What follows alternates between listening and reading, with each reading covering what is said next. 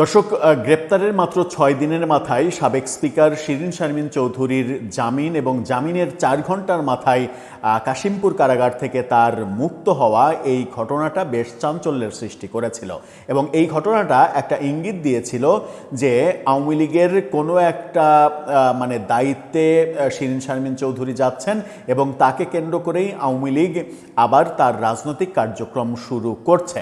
অনেকেই এটাকে রিফাইন্ড আওয়ামী লীগের সেকেন্ড স্টেপ হিসেবে দেখছেন, যেটা নির্বাচনের আগে রিফাইন্ড আওয়ামী লীগের ফার্স্ট স্টেপ শুরু হয়েছিল, যাদেরকে নিয়ে সেই ব্যাপারগুলোতে শেখ হাসিনার সমর্থন না থাকার কারণে সেকেন্ড স্টেপে শিরীন শারমিন চৌধুরীকে নিয়ে রিফাইন্ড আওয়ামী লীগের একটা উদ্যোগ, সেই উদ্যোগের প্রেক্ষিতেই তার জামিন এবং দ্রুত মুক্তির ব্যাপারটা দেখা গেছে। এই আলোচনাটা এখন সর্বোচ্চ আলোচনার ব্যাপার হয়েছে আওয়ামী লীগের রাজনীতি নিয়ে। এর মাঝে বাংলাদেশের গণমাধ্যম দৈনিক মানবজমিন বেশ গুরুত্বপূর্ণ একটা নিউজ করেছে। সেখানে শেখ হাসিনার সঙ্গে ভারতের কর্তৃপক্ষের কথাবার্তা, শেখ হাসিনার এই রিফাইন্ড আওয়ামী লীগ নিয়ে বক্তব্য, নানা কিছু তুলে এনেছে। ভারত শেখ হাসিনাকে একাধিক প্রস্তাব দিয়েছে, সেই প্রস্তাবগুলো শেখ হাসিনা মেনেছেন নাকি মানেননি, রিফাইন্ড আওয়ামী লীগ নিয়ে শিরীন শারমিন চৌধুরীর কিংবা অন্য কারো নেতৃত্ব নিয়ে শেখ হাসিনার অবস্থান কি, সেই ব্যাপারগুলো বলার চেষ্টা করেছে মানবজমিন। কিন্তু মানবজমিন যে কথাগুলো বলছে সেই কথাগুলোর বাস্তবতা কতটা আছে কতটা নেই সেগুলো একটু আলোচনা করে বোঝার চেষ্টা করব, যে আওয়ামী লীগের পরবর্তী কার্যক্রম কিংবা পরবর্তী স্টেপ কি হতে চলেছে। থাকবেন পলিটিক্স টিভির নিয়মিত আয়োজনে।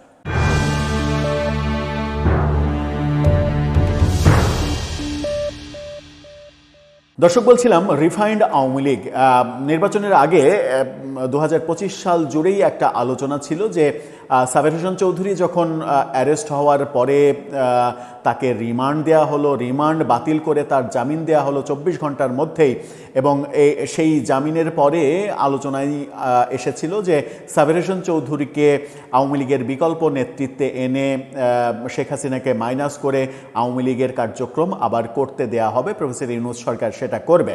কিন্তু পরবর্তীতে আমরা দেখলাম যে কোনো একটা পেছনের নাটকীয় ঘটনায় হঠাৎ প্রফেসর ইউনূস হাসনাত আবদুল্লাদের আন্দোলন করতে বললেন এবং আন্দোলন করতে বলে ওই অজুহাতকে সামনে নিয়ে আওয়ামী লীগের কার্যক্রম নিষিদ্ধ করে দিলেন। এরপর থেকে বহুভাবে শোনা গেছে যে সাবের হোসেন চৌধুরী, আব্দুল হামিদ কিংবা সেলিনা হায়াত আইভি, এই যে নেতৃত্ব শোনা গেছে, কারো ব্যাপারেই শেখ হাসিনা কোনো গ্রিন সিগন্যাল দেননি। বিশেষ করে সাবের হোসেন চৌধুরীর ব্যাপারে তার ঘোর আপত্তি রয়েছে, কারণ সাবের হোসেন চৌধুরী 1/11-এর সময় আরেকবার যে আওয়ামী লীগ ভাঙার চেষ্টা করা হয়েছিল, সেই সময় ওই সংস্কারপন্থীদের অংশ হয়ে গিয়েছিলেন সাবের হোসেন চৌধুরী। সেই কালিমা তার গা থেকে এখনো মুছে যায়নি। পরবর্তীতে আমরা দেখেছিলাম যে সাবের হোসেন চৌধুরীকে মন্ত্রিত্ব দেওয়া হয়েছিল না, সর্বশেষ নির্বাচনের পরে আমরা তাকে দেখলাম যে অবশেষে তাকে মন্ত্রিত্ব দেওয়া হয়েছিল। তার মানে সাবের হোসেন চৌধুরীর ওপরে শেখ হাসিনার কোনো আস্থা ছিল না। সেই ব্যাপারগুলো তুলে ধরেই মানবজমিন কিছু কথা, কিছু তথ্য দেওয়ার চেষ্টা করছে। মানবজমিনের শিরোনামটা দেখে নিন। সেখানে তারা বলছে যে রিফাইন্ড আওয়ামী লীগে সাই নেই হাসিনার। অর্থাৎ মানবজমিন বলতে চাচ্ছে যে রিফাইন্ড আওয়ামী লীগ তত্ত্ব সামনে নিয়ে আসা হচ্ছে, সেখানে শেখ হাসিনার সম্মতি নেই। তাহলে কি শিরীন শারমিন চৌধুরীর নেতৃত্ব কিংবা শিরীন শারমিন চৌধুরীকে মুখপাত্র করা হতে পারে আওয়ামী লীগের, সেরকম যে গুঞ্জন চতুর্দিকে চলছিল, সেটাতেও শেখ হাসিনার সাই নেই?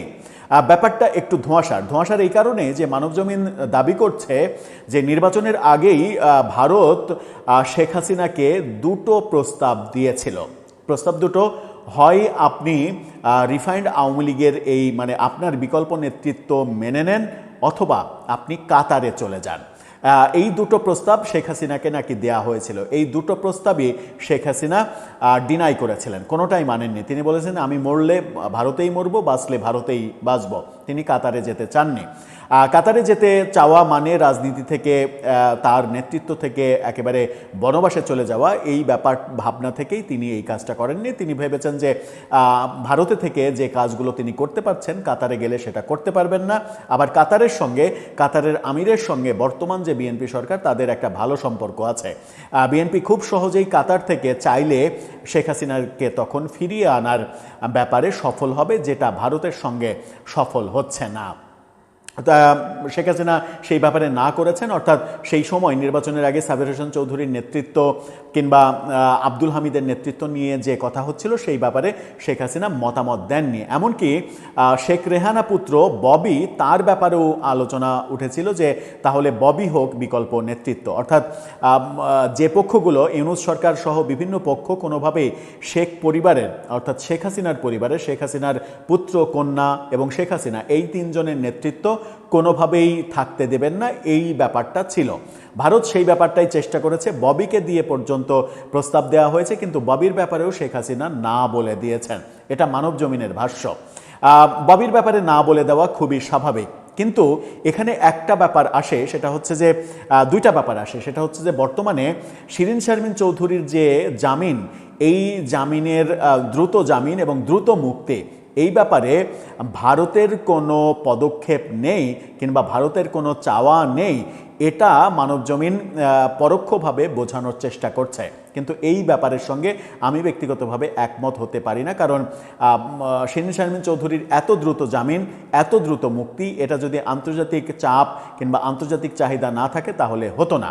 আর আন্তর্জাতিক চাহিদা বলতেই ভারত এবং ভারতের সঙ্গে যদি ভারত আমেরিকাকে, ডোনাল্ড ট্রাম্পকে রাজি করাতে পারে, তাহলে ডোনাল্ড ট্রাম্পের একটা ভূমিকা কিংবা নীরবতা থাকতে পারে যে আচ্ছা ঠিক আছে, বাংলাদেশ ব্যাপারে তোমরা যা ভালো মনে করো তোমরা করো, আমি এই ব্যাপারে কোনো কমেন্ট করব না, আমার কোনো আপত্তি কিংবা মানে রাজি এই ব্যাপারে আমার সঙ্গে কথা বলার প্রয়োজন হবে না তোমার। যেটা ডোনাল্ড ট্রাম্প নির্বাচিত হওয়ার পরে সাংবাদিকদের বলেছিলেন যে বাংলাদেশের ওই ব্যাপারটা আমার বন্ধু ডোনাল্ড ট্রাম্প দেখবেন। তারপরে আমরা তাদের সম্পর্কের অবনতি দেখেছিলাম, এখন কিন্তু সম্পর্ক আবার অনেক বেশি উন্নত হয়েছে।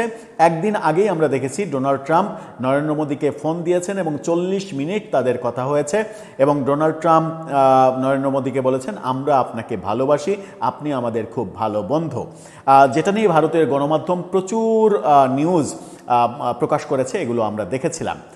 মানবজমিন যেটা বলছে যে ভারত শেখ হাসিনাকে দুইটা প্রস্তাব দিয়েছিল এবং সেই প্রস্তাব শেখ হাসিনা ডিনাই করেছে, এবং ডিনাই করার পরে শেখ হাসিনা বাংলাদেশের নির্বাচন, যে ইনক্লুসিভ নির্বাচনের ব্যাপারে ভারতের যে ইনক্লুসিভ নির্বাচন চাওয়া ছিল, সেই চাওয়া থেকে ভারত সরে আসে এবং ইউনূস সরকারকে একটা সিগন্যাল দেয়, ঠিক আছে আওয়ামী লীগ বাদ দিয়েই আপনারা নির্বাচন করেন। এরপরে বিএনপি ক্ষমতায় আসে। এখন বিএনপি ক্ষমতায় আসার পরে ভারতের প্রথম আগ্রহ নাকি শেখ হাসিনার পরিবর্তে বিএনপি সরকারের সঙ্গে বাংলাদেশের সঙ্গে যে সম্পর্ক, সেই সম্পর্ক উন্নত করা।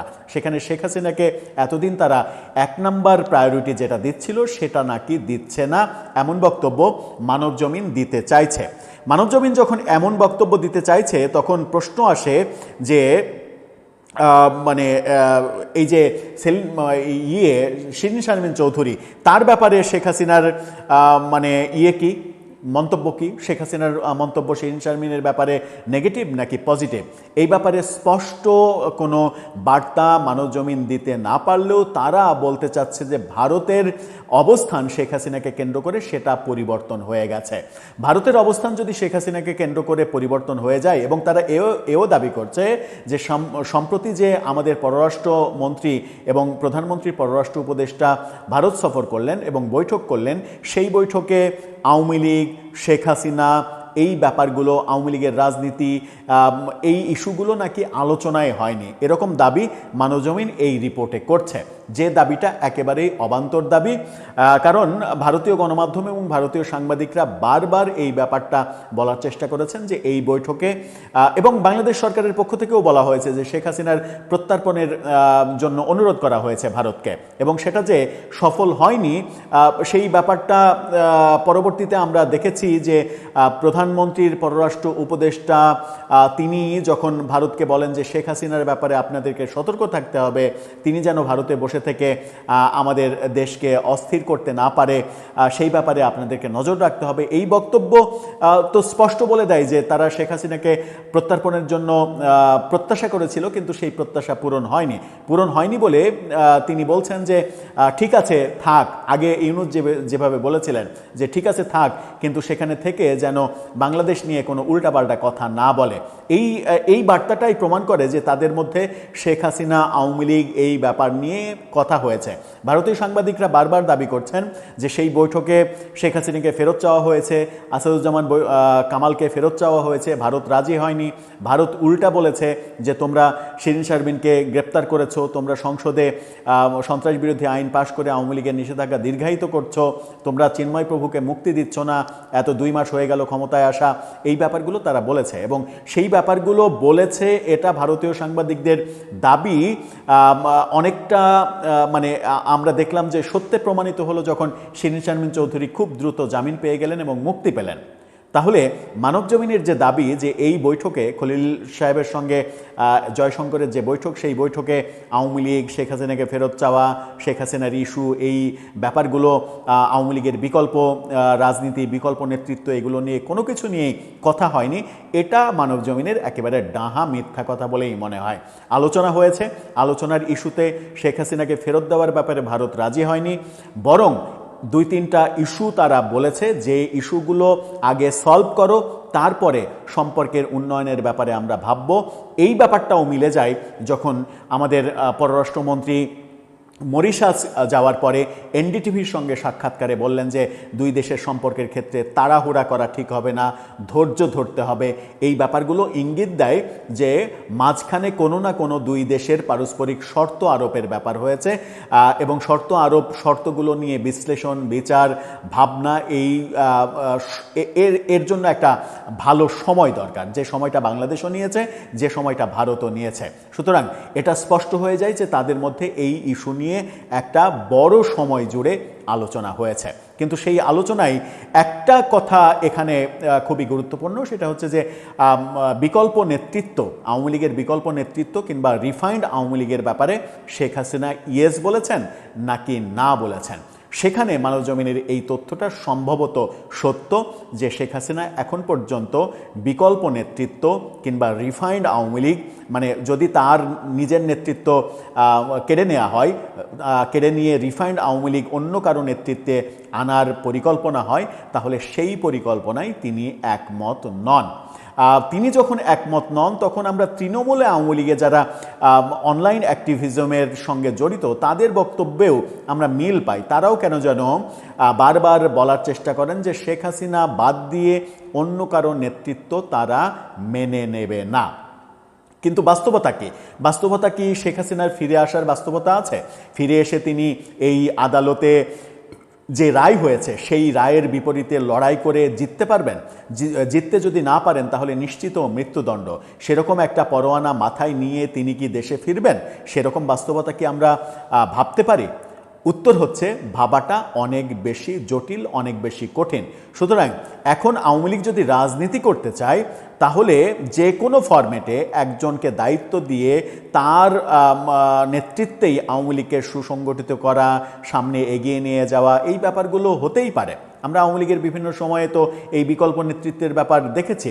শেষ সময়ে যখন শেখ হাসিনা স্বদেশ প্রত্যাবর্তন করলেন প্রেসিডেন্ট জিয়াউর রহমানের আমলে, সেই সময় তার আগে থেকে আওয়ামী লীগকে গুছিয়ে রেখেছিলেন, আওয়ামী লীগের হাল ধরে রেখেছিলেন জোহরা তাজউদ্দিন। তো জোহরা তাজউদ্দিন একটা দীর্ঘ সময় আওয়ামী লীগকে মানে সযত্নে ধরে রেখেছিলেন। তারপরে তো শেখ হাসিনা এসে বাবার উত্তরসূরি হিসেবে দায়িত্ব গ্রহণ করলেন। তারপরে তিনি আওয়ামী লীগের একচ্ছত্র নেতৃত্বেও তিনি অর্জন করলেন। আওয়ামী লীগের নেতাকর্মীদের ভালোবাসা, সমর্থন, এগুলো অনেকের আবার এ ব্যাপারে বিকল্প অনেক যুক্তিও রয়েছে। কিন্তু বিকল্প নেতৃত্ব যে দুর্যোগকালীন সময়ে প্রয়োজন, এই বাস্তবতা কি শেখ হাসিনা তাহলে অস্বীকার করতে চাইছেন? নাকি এই বাস্তবতা অস্বীকার করছেন এরকম কোনো সম্ভাবনার পরিপ্রেক্ষিতে যে তিনি আবার সদর্পে দেশে ফিরতে পারবেন, সেরকম পরিস্থিতি বিএনপি সরকার তৈরি করে দেবে?